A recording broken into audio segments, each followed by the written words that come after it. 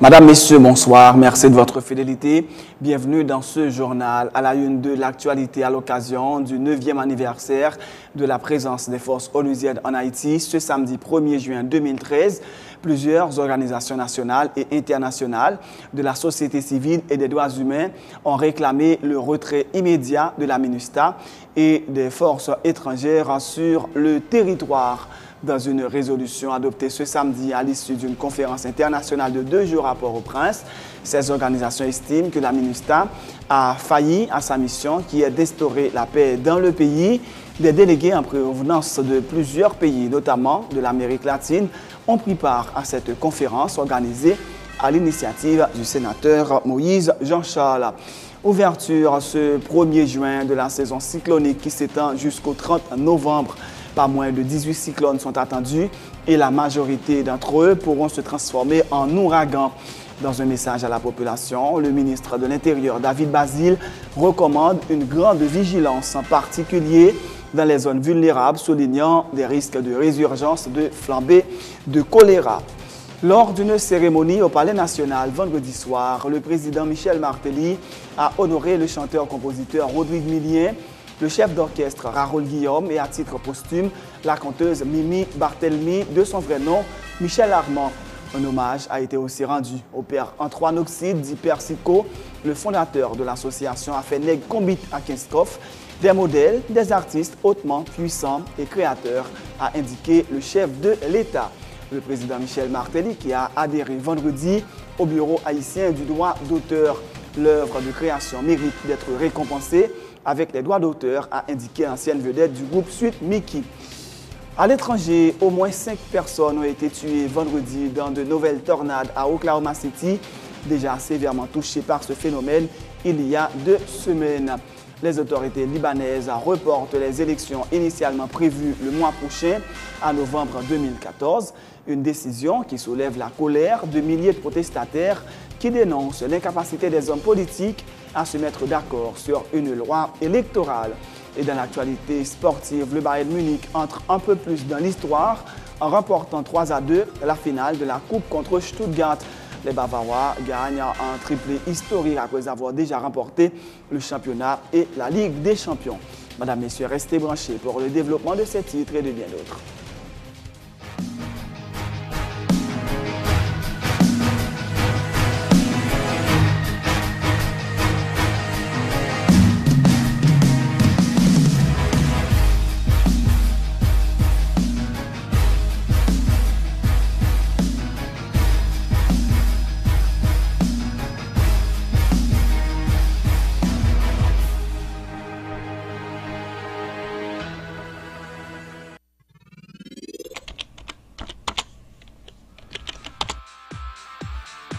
Bienvenue dans cette édition d'Information Pulsation, l'essentiel de l'actualité de la journée.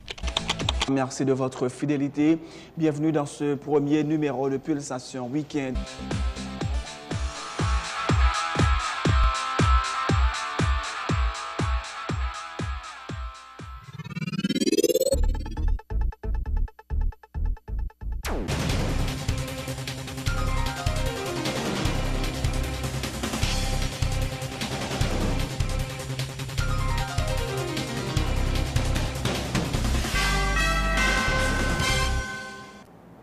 De Rechef, bienvenue dans le développement du journal. À l'occasion du 9e anniversaire de la présence des forces onusiennes en Haïti, ce samedi 1er juin 2013, plusieurs organisations nationales et internationales de la société civile et des droits humains ont réclamé le retrait immédiat de la MINUSTAH et des forces étrangères sur le territoire. Dans une résolution adoptée ce samedi à l'issue d'une conférence internationale de 2 jours à Port-au-Prince, ces organisations estiment que la MINUSTAH a failli à sa mission qui est d'instaurer la paix dans le pays, soulignant qu'au lieu de promouvoir la paix, les troupes de l'ONU commettent des actes de violation des droits humains sur la population. Elles sont également responsables de l'introduction du choléra en Haïti, qui a déjà tué plus de 8000 personnes et contaminé plus de 600 000 autres. Des délégués en provenance de plusieurs pays, notamment de l'Amérique latine, ont pris part à cette conférence conférence organisée à l'initiative du sénateur Moïse Jean-Charles. Un extrait de la résolution lue par le coordonnateur de l'Union générale des travailleurs guadeloupéens, Eddie Damas. Il découle de tout cela que seule mesure conforme à la souveraineté du peuple haïtien et de la nation haïtienne, c'est le retrait immédiat des troupes de l'ONU, la MINUSTAH. C'est maintenant, tout de suite, que chaque gouvernement peut et doit décider de retirer ses troupes. Pas un jour de plus pour la MINUSTAH en Haïti. Dans le cadre de l'élargissement, dans la plus grande unité et de notre campagne déterminée pour le départ immédiat de la MINUSTAH, les porteurs de cette lettre ont été mandatés par notre conférence pour vous faire parvenir de toute urgence notre demande unanime. 1. Retirez immédiatement vos troupes d'Haïti. 2. Votez à l'ONU contre le renouvellement de la présence de la MINUSTAH en Haïti. 3. Manifestez votre solidarité avec le peuple haïtien en exigeant de l'ONU le dédommagement des victimes du choléra. Défendre Haïti, c'est défendre nous-mêmes. Nous, délégués d'Haïti, de Martinique, de Guadeloupe, d'Argentine, du Brésil, du Mexique, du Salvador, des USA, d'Algérie, de France, réunis à Port-au-Prince dans le cadre de la conférence continentale pour le retrait des troupes de la MINUSTAH et soutenus par des organisations, des associations et personnalités d'une dizaine de pays, dont l'Uruguay, saluons toutes les initiatives de mobilisation qui ont lieu partout sur le continent ce jour 1er juin 2013, 9e anniversaire de l'occupation d'Haïti, pour exiger le retrait des troupes de l'ONU. Décidons de constituer une coordination continentale, défendre Haïti, nous défendre nous-mêmes, de poursuivre et renforcer la solidarité et l'unité pour les peuples à travers une campagne permanente jusqu'au retrait de ces troupes d'occupation du sol haïtien. Son objectif sera, entre autres, de contribuer au renforcement des coordinations impliquées déjà dans ce combat, l'Association des travailleurs et des peuples de la Caraïbe, ATPC, Comité de Sao Paulo, Guadeloupe Haïti Campaign, Comité, New York, le comité d'organisation de la conférence continentale et permettre l'émergence d'autres. Proposons à cet effet de faire de la semaine du 29 juillet au 30 août 2013, 3 août 2013, une semaine de mobilisation continentale dans les différents pays. Rassemblements, manifestations, délégations, interpellations des gouvernements, pétitions, etc., etc. Le Sénat de la République a voté le 28 mai dernier à l'unanimité une résolution demandant le retrait progressif et ordonné du pays de la mission des Nations Unies pour la stabilisation d'Haïti, MINUSTAH. Cette proposition, qui a été soumise par le sénateur Moïse Jean-Charles, enjoint le gouvernement à s'assurer de l'établissement d'un calendrier de départ graduel des troupes onusiennes et un transfert de compétences militaires aux forces de défense nationale. Soulignons également que le secrétaire général des Nations Unies, Ban Ki-moon, a désigné hier, vendredi 31 mai, la Trinidadienne Sandra Honoré comme son nouveau représentant en Haïti pour diriger la mission onusienne. Elle prendra officiellement ses fonctions le 15 juillet prochain. Sandra Honoré succédera au Chilien Mariano Fernandez, dont la mission est arrivée à terme le 31 janvier dernier. Tout à fait autre chose, ouverture ce 1er juin de la saison cyclonique qui s'étend jusqu'au 30 novembre. Cette saison apporte son lot de catastrophes, dont des inondations, des vents violents, des glissements de terrain, des coulées de boue et des raz-de-marée, notamment sur les zones côtières. Pas moins de 18 cyclones sont attendus et la moitié d'entre eux pourront se transformer en ouragans. Dans un message à la population, le ministre de l'Intérieur, David Basile, recommande une grande vigilance, en particulier dans les zones vulnérables que sont les camps de déplacés et les plaines côtières, soulignant des risques de résurgence de flambées de choléra durant la saison cyclonique. Il fait état de travaux de drainage et de curage qui ont été effectués dans le but de limiter le débordement des rivières et faciliter l'évacuation des eaux de pluie tout en renforçant le système sanitaire. Après avoir saisi des biens de la Haïtel, la DGI va procéder à la mise en vente de plusieurs propriétés qui appartenaient à l'ancienne compagnie de téléphonie sans fil. La première vente concernera 4 propriétés fonds et bâtisses d'une valeur totalisant plus de 5 millions de dollars américains. La vente sera réalisée en étude et par le ministère du notaire Jean-Henri Seyan. La dette de la ITEL, qui n'avait jamais payé sa licence de fonctionnement, s'élève à 95 millions de dollars d'une part et de 2,6 milliards de goudes de l'autre selon la DGI. Jean-Baptiste Clark Neptune et Romial Petit sont respectivement directeur général et directeur adjoint aux affaires juridiques de la DGI. Premier nous, ITEL sont une compagnie qui a fonctionné sans licence, sans autorisation organe régulateur là qui est le Conatel. C'est copropriétaire compagnie même qui mandait mettre le sous ces caisses. Sur ce, après exécution de l'ordonnance, nous avons commencé à procéder à l'inventaire des dettes de ITEL. Là, nous venons faire inventaire là, l'élevé à 95 109 705 dollars américains, plus 2 635 975 605 gouttes. Compte tenu de toute bagaille ça, nous sommes en train d'exécuter, de procéder à l'exécution du jugement déclaratif de faillite. Très bientôt, peut-être que nous allons afficher dans les journaux, il y aura des ventes à la criée et aux enchères pour pouvoir permettre aux créanciers de rentrer dans leur dû. Le 12 juin 2013, on vente cap fait. C'est en l'étude et par le ministère de Maître Jean-Henri Seyan. C'est 4 biens. Premier bien cap vente, sont propriété fonds et bâtisses qui situé à Musso. Bien ça, l'évalué à 1 916 378 dollars 70 ou son équivalent en goût haïtien. Ça c'est valeur premier bien cap vendre. Deuxième bien cap vendre, c'est un bien qui est situé à la rue Pinchina, commune de Pétionville. Bien ça, il est évalué à la somme de 457 823 dollars américains 80 ou son équivalent en goût haïtien. Son propriété fonds et bâtisses. Troisième bien cap vendre, c'est un bien qui est situé à la rue Grégoire, numéro 98, commune de Pétionville. Bien ça, il est évalué à 976 519 dollars américains 75 ou son équivalent en goût haïtien. Et dernier bien cap vendre, qui c'est quatrième, non?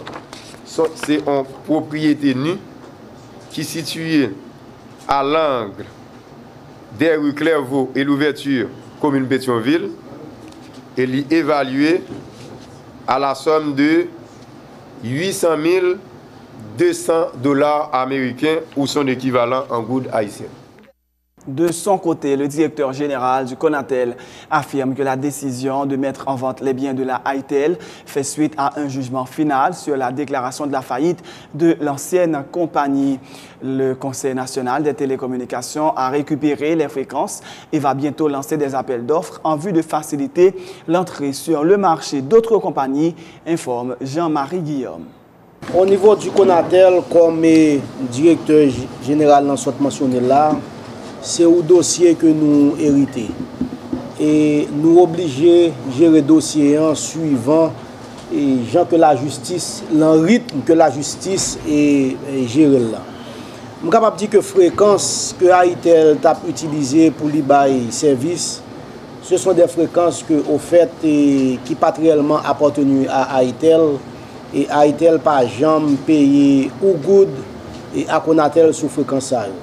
Donc non seulement c'est une fréquence qui pas appartenu à lui, que Conatel pas de jambal et ou licence qui permettent d'utiliser les fréquences, mais pas jamais un paiement également qui fait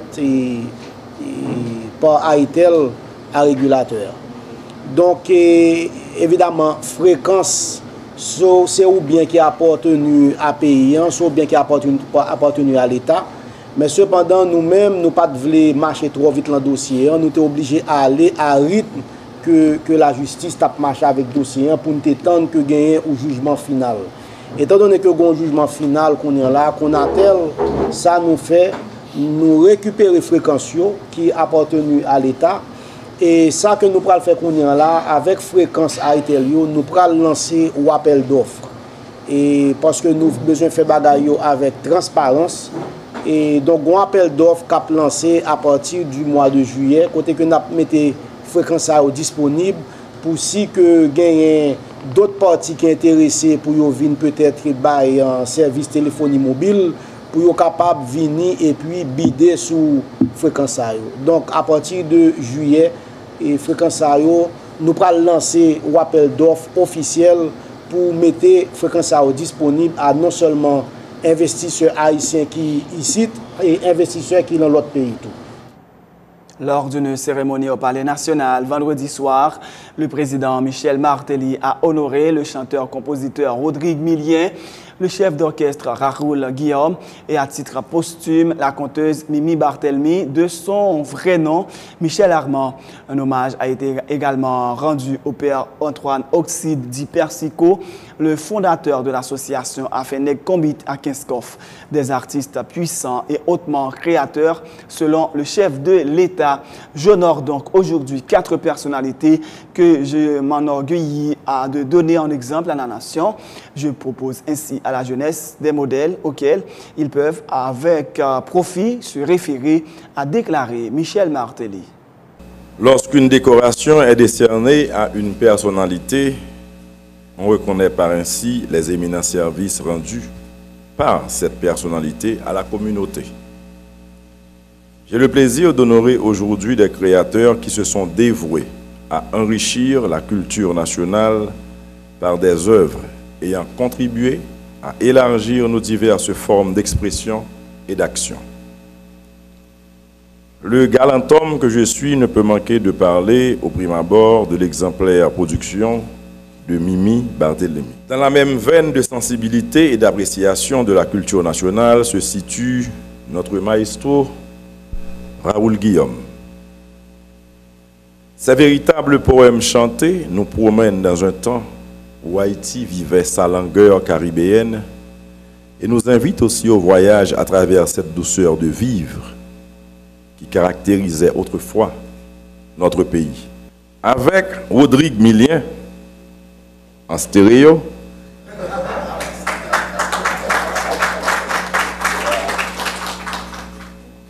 nous restons dans le domaine musical.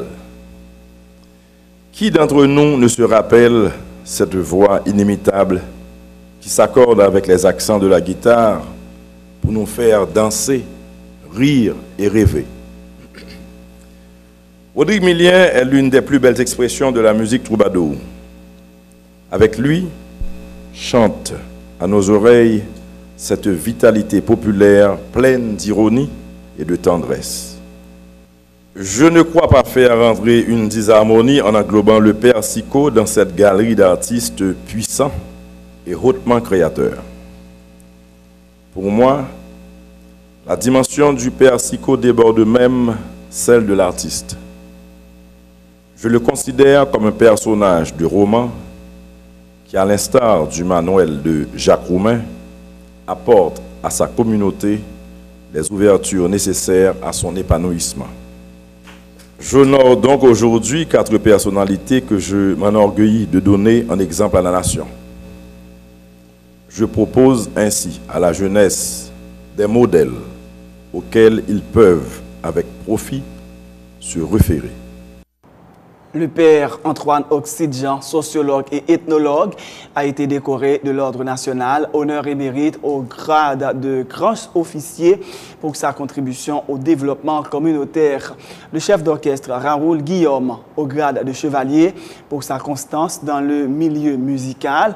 Le chanteur-compositeur Rodrigue Millien qui a 28 albums à son actif au grade de chevalier pour sa contribution à l'épanouissement de la musique populaire haïtienne. Et puis, la conteuse Michèle Armand, décorée à titre posthume de l'Ordre national Honneur et Mérite au grade de chevalier pour ses talents de conteuse et pour l'ensemble de son œuvre. Mimi Barthélemy est mort le 27 avril dernier. Un extrait de l'intervention du frère de la défunte à la cérémonie, Didier Armand, suivi de Mimi Barthélemy sur scène. Ma sœur Michèle a toujours été le cauchemar de mon père, parce que après avoir fait des études en sciences politiques à Paris, des maîtrises un peu partout, elle avait épousé un anthropologue français qui s'appelait Gérard Barthélemy, qui a beaucoup écrit sur Haïti, d'où le livre Pays en dehors. Et c'était un couple qui avait fait sciences politiques, qui était venu des diplomates français, jusqu'au jour où la crise aidant, la crise existentielle aidant, ils ont laissé la diplomatie pour devenir, elle, professeur d'espagnol, et lui, menuisier. Alors, c'est pour dire que ça a été la crise dans la famille quand une chose comme ça est arrivée. Et à partir de ce moment, c'est vrai qu'elle a eu cette sorte de réaction d'existentialisme qui lui a prise, et c'est comme ça qu'elle a été faire des études sur des tribus indiennes en Amérique centrale. Et après ça, elle est rentrée en plein dans ce phénomène haïtien, du conte haïtien. L'autre jour, j'étais à Paris pour ses funérailles. Et au 19e arrondissement, il y a eu une réunion où il y a eu pas mal de témoignages qui ont été faits au sujet de Mimi. Et j'ai entendu un Haïtien de la diaspora dire « Écoutez, je suis venu en France. Quand je suis venu en France, vous ne savez pas ce que c'est. Quand on vient dans ces pays, on perd son identité, on en veut au pays, on en part parce qu'on en veut, il y a quelque chose qui ne va pas avec le pays. Et j'en voulais pas, je ne voulais plus entendre parler d'Haïti. Et un jour, j'ai écouté la radio, j'ai entendu Mimi raconter des contes, et je me suis dit, mais voilà, c'est le merveilleux qu'elle raconte. Elle m'a réconcilié avec ce pays. Je trouve que ça a été une ambassadrice du rêve haïtien, une ambassadrice du rêve, quoi. Et je crois qu'elle a fait un plus grand bien à la diaspora haïtienne là-bas. Si vous allez la manger ou tout, brut, colobrit, rossignol, manger console, brut, pour aller la ville Jacmel. Monsieur, voulez-vous danser? Maman, je suis fatiguée. Monsieur, voulez-vous danser? Maman, je suis fatiguée. Mademoiselle, voulez-vous danser? Maman, je suis fatiguée. Le président Michel Martelly a adhéré vendredi au bureau haïtien du droit d'auteur en vue d'encourager les artistes, compositeurs et écrivains à emboîter le pas. Le chef de l'État haïtien, ancienne vedette du groupe Suite Miki, fait remarquer que l'œuvre de création mérite d'être récompensée avec les droits d'auteur que le décret du 12 octobre 2005 leur octroie, soulignant que l'acte d'adhésion au BHDA permet aux créateurs de bénéficier du soutien d'un organisme d'État qui travaille à faire respecter leurs droits. Le geste du président Michel Martelly a été salué par la directrice du BHDA, la ministre de la Culture et des artistes présents en cette occasion et qui ont également fait leur acte d'adhésion au bureau haïtien du droit d'auteur. Voilà pour l'essentiel de l'actualité locale. Restez avec nous pour la page internationale du journal.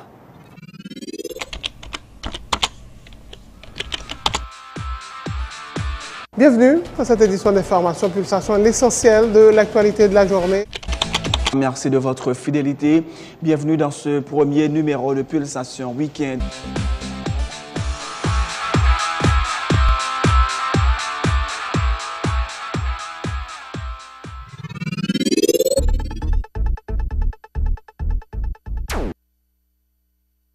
C'est la fin de ce journal. Juste avant de vous quitter, voici le rappel des titres. À l'occasion du 9e anniversaire de la présence des forces onusiennes en Haïti, ce samedi 1er juin 2013, plusieurs organisations nationales et internationales de la société civile et des droits humains ont réclamé le retrait immédiat de la MINUSTAH et de toutes les forces étrangères sur le territoire. Dans une résolution adoptée ce samedi à l'issue d'une conférence internationale de 2 jours à Port-au-Prince, ces organisations estiment que la mission onusienne a failli à sa mission qui aide à instaurer la paix dans le pays. Des délégués en provenance de plusieurs pays, notamment de l'Amérique latine, ont pris part à cette conférence organisée à l'initiative du sénateur Moïse Jean-Charles.